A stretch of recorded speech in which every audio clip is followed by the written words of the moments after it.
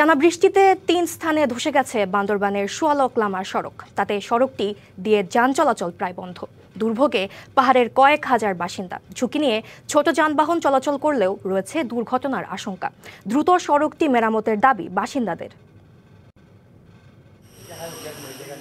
২ বছর আগে বান্দরবানে তৈরি করা হয় সুয়ালক লামা সড়ক। তাতে সদর উপজেলা থেকে লামায় যাওয়ার পথ সহজ হয়।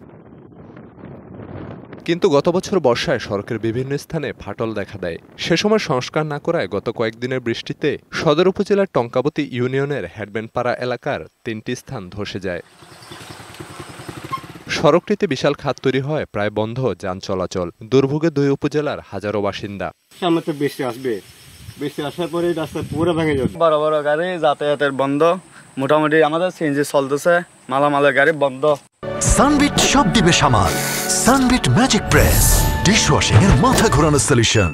সড়কটি ভেঙে যায় পর্যটন ও ব্যবসা বাণিজ্যের ক্ষতি হচ্ছে বলে জানালেন স্থানীয় ইউপি সদস্য।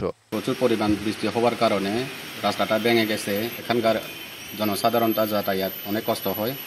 এই গাড়ি থেকে ফলফ্রুট কিছুতেই নিতে পারছি না। সড়কটি সংস্কারে বরাদ্দ চেয়ে আবেদন করা হয়েছে বলে জানালেন বান্দরবান এলজেইডির নির্বাহী প্রকৌশলী।